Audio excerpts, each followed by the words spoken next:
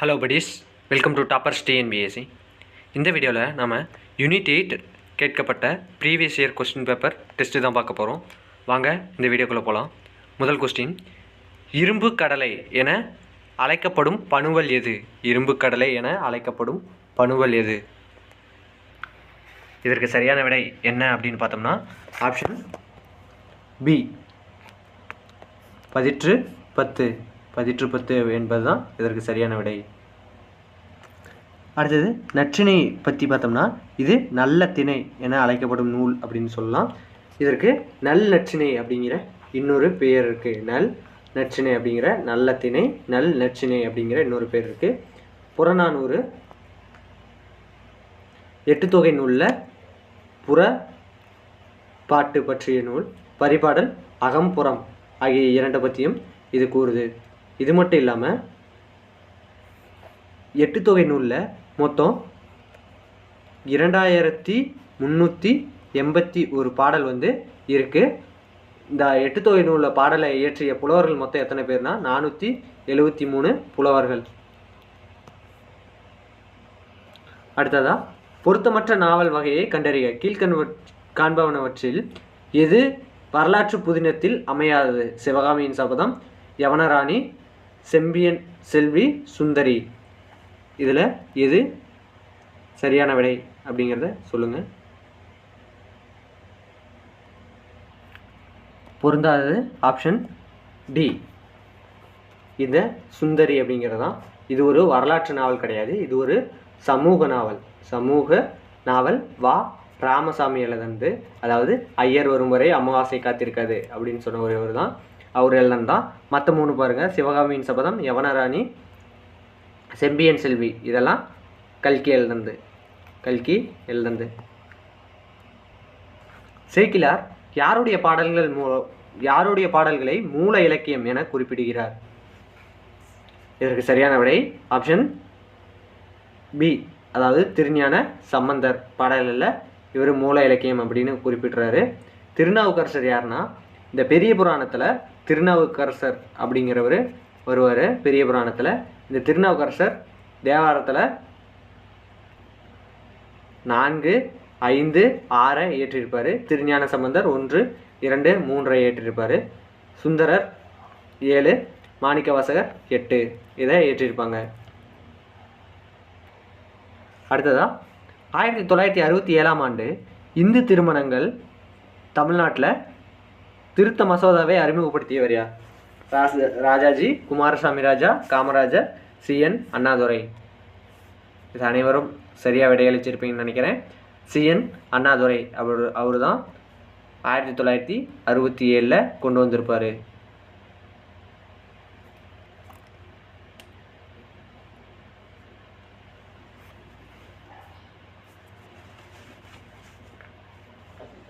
இதன் மூலமாக 1968 ஜனவரி 20 சுயமரியாதை திருமண சட்டம் கொண்டு வந்திருப்பாங்க. சுயமரியாதை திருமண சட்டம்.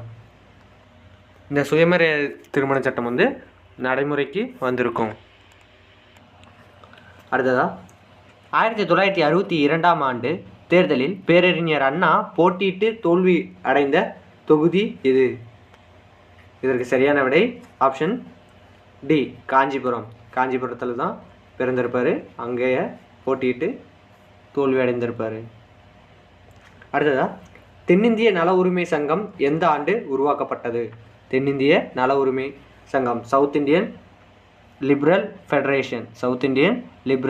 ஃபெடரேஷன். இந்த ஆங்கிலத்தில் இருக்கிறதையும் படித்து வச்சுக்கோங்க. ஏன்னா சவுத் இந்தியன் லிபரல் ஃபெடரேஷன் உருவாக்கப்பட்ட ஆண்டு அப்படின்னு தமிழ்லேயே கொடுத்து கேட்கலாம். இதற்கு சரியான விடை ஆப்ஷன் சி, 1916. இது தொடங்கப்பட்ட எக்ஸாக்ட் டேட் எப்போன்னு பார்த்தோம்னா 1916 நவம்பர் 20. 1916 நவம்பர் 20. அடுத்ததாக பெரியார் ஈவே ராமசாமி அவர்கள் எந்த ஆண்டு சேலத்தில் மூடநம்பிக்கை ஒழிப்பு மாநாட்டினை நடத்தினார்? 1968, 69, 71, 73. இதற்கு சரியான விடை ஆப்ஷன் சி 1971. இந்த சேலம் மாநாட்டில் தான் நீதி கட்சி, இந்த சேலம் மாநாடு கிடையாது, 1944 நடைபெற்ற சேலம் மாநாட்டில் நீதி கட்சி அப்படிங்கிறத திராவிடர் கழகமாக மாற்றிருப்பார். இது மட்டும் இல்லாமல் சுயமரியாதை 4வது சுயமரியாதை மாநாடு வந்து இந்த சேலத்தில் தான் நடைபெற்றிருக்கும். இந்த 1971 அவர் மாடர்ன் ரேஷனலிஸ்ட் அப்படிங்கிற பத்திரிகையை வந்து தொடங்கியிருப்பார். 1970 உண்மை அப்படிங்கிற பத்திரிகையை தொடங்கியிருப்பார். இதுவுமே முக்கியம், பார்த்து வச்சுங்க. அடுத்ததா, சுப்பிரமணிய பாரதியார் தனது இளமை பருவத்தில் இருந்து கவிதை படைக்கும் ஆற்றல் உடையவராக இருந்தார். அவருக்கு பாரதி என்ற பட்டம் வழங்கப்பட்டது. அப்பட்டம் வழங்கிய மன்னன் யார்? அப்பொழுது பாரதியின் வயது என்ன?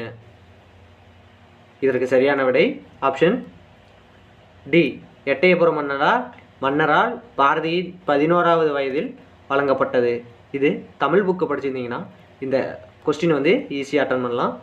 ஏன்னா நெப்போலியன் அவங்க எப்போ படை வீரர்களான கலீலியோ, அப்புறம் பைசா கோபுரத்தை பற்றி அவர், அப்புறம் எட்டயபுரம் மன்னர் இவங்களை பற்றிலாம் கொடுத்துருப்பாங்க ஒரு பாக்ஸ் கொஸ்டின்.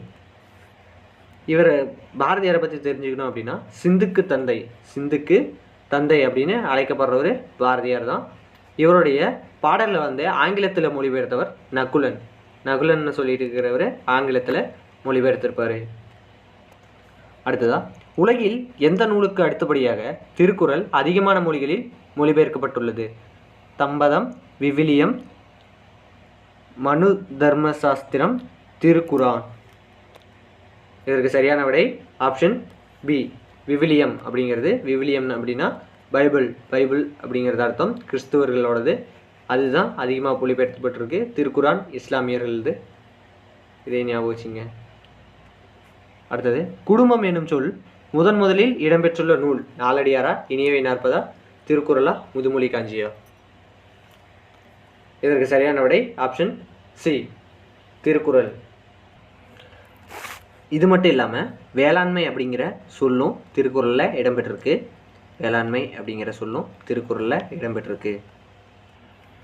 இனியவை 40 அப்படிங்கிறத பார்க்கணும்னா இது 3 இனிய பொருட்களை தரும் 36 பாடல்கள் இனியவை 40 இருக்குது. 36 பாடல்கள் இனியவை 40 இருக்குது. இது இனியவை 40 இயற்றியவர் போதஞ்சேர்ந்தனார். இவருடைய காலம் 5ஆம் நூற்றாண்டு. நாலடியார் பற்றி பார்க்கணும் அப்படின்னு பார்த்தோம்னா நாலடியார் வந்து நாலடி 400 அப்படின்னு அழைக்கப்படுது. நாலடியாரை 3 பாகமாக, அதாவது 3 பாகங்களாக பகுத்து உரைத்தவர் வந்து பதுமனார் அப்படிங்கிறவர் பகுத்து உரைச்சிருக்காரு. இது மட்டும் இல்லாமல் நாலடியாரில் அறம், பொருள், இன்பம் அப்படிங்கிற 3 தலைப்பு கீழேயும் மொத்தம் அதிகாரங்கள் 13, 24, 3 அப்படின்னு இருக்குது. முதுமொழி காஞ்சி அதை பற்றி பார்க்கணும் அப்படின்னா இது அறவுர கோவை அப்படின்னு அழைக்கப்படுற நூல். அடுத்த கொஸ்டின், குறள் மற்றும் பொருள் கொடுத்துருக்காங்க. குறள், அந்தணர் என்போர் அறவேர் மற்று எவ்வுயிருக்கும் செந்தன்மை பூண்டு ஒழுகலான். பொருள் வந்து கொடுத்துருக்காங்க. ஒவ்வொரு நாட்டிலும் அந்தந்த நாட்டு பண்பாட்டின்படியே ஒழுக்க வரம்பிருக்கும்.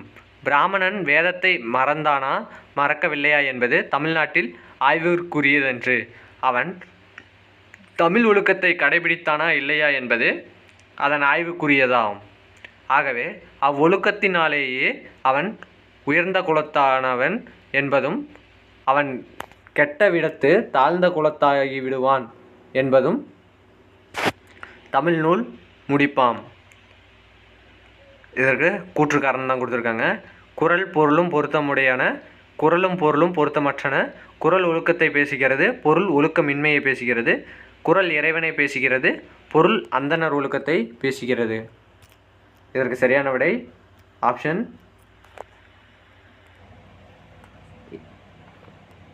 குறளும் பொருளும் பொருத்தமற்றன என்பது சரியான விடை.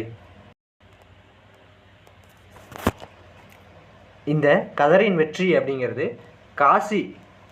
காசி விஸ்வநாதர் எழுதிய டம்பாச்சாரி விலாசம் அப்படிங்கிற நூல்லேருந்து எடுக்கப்பட்டிருக்கு. இது மட்டும் இல்லாமல்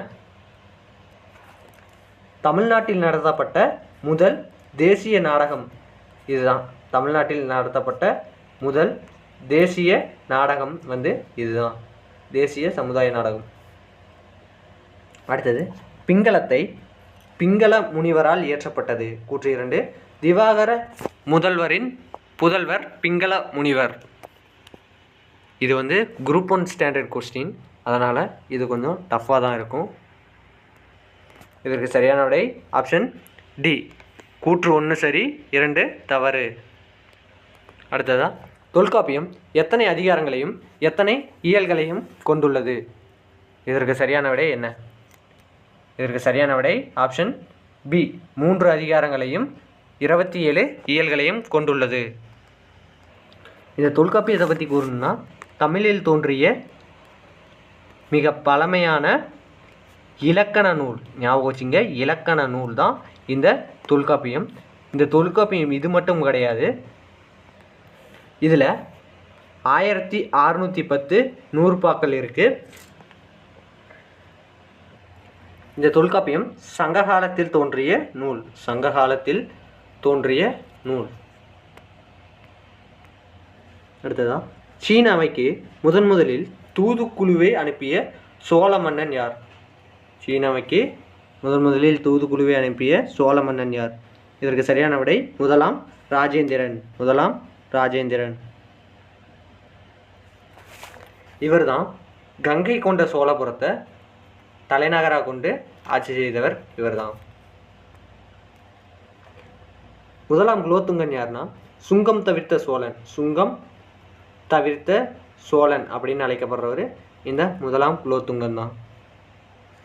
அடுத்தது தென்னிந்திய விடுதலை இயக்கம் உருவாக்கப்பட்ட நோக்கம் என்ன அப்படின்னு தான் கொடுத்துருக்காங்க. பிராமணர்கள் அல்லாதவர்களின் அரசியல் நலனை ஊக்குவிப்பதற்காகத்தான் இந்த நோக்கம் உருவாக்கப்பட்டிருக்கு. எப்போன்னு பார்த்தோம்னா 1916 November 20. South Indian liberal federation foundation அப்படின்ட்டு இருக்குது. இது எல்லாமே ஒன்று தான். அடுத்ததாக கல்வி சீர்திருத்தத்திற்காக வள்ளலாரால் துவங்கப்பட்ட நிறுவனங்களை குறிப்பிடுக. வள்ளலாரால் துவங்கப்பட்ட நிறுவனங்களை குறிப்பிடுக. இதற்கு சரியான விடை 1 மற்றும் 2. சன்மார்க்க போதினி சமரச வேத பாடசாலை அப்படிங்கிறது தான் இதற்கு சரியான விடை. வள்ளலார் என்ன சொல்லியிருப்பாருன்னு பார்த்தோம்னா, குருவை வணங்க கூசி நிற்காதே அப்படின்னு சொன்னது இவர் தான். குருவை வணங்க கூசி நிற்காதேன்னு சொன்னது இவர் தான்.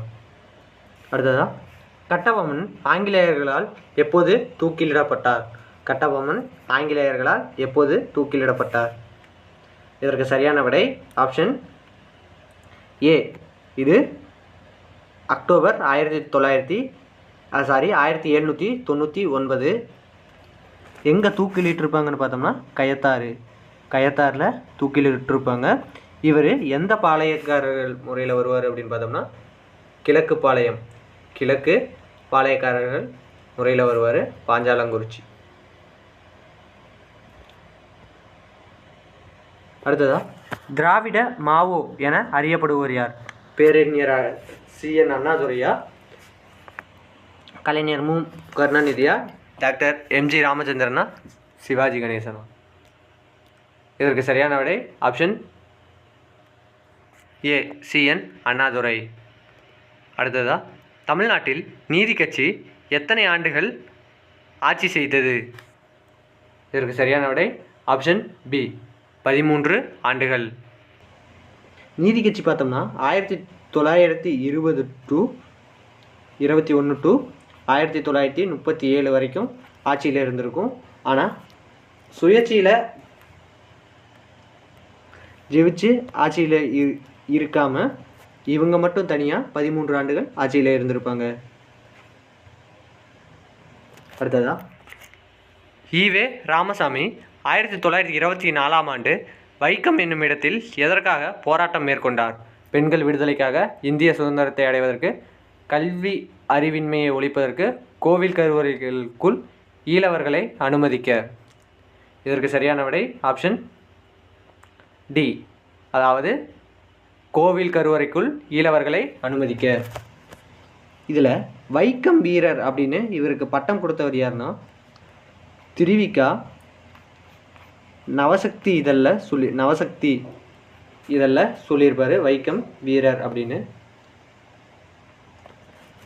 இதோட இந்த வீடியோ முடியுது. இந்த வீடியோ பிடிச்சிருந்தா லைக் பண்ணுங்கள், ஷேர் பண்ணுங்கள், சப்ஸ்கிரைப் பண்ணுங்கள். நன்றி.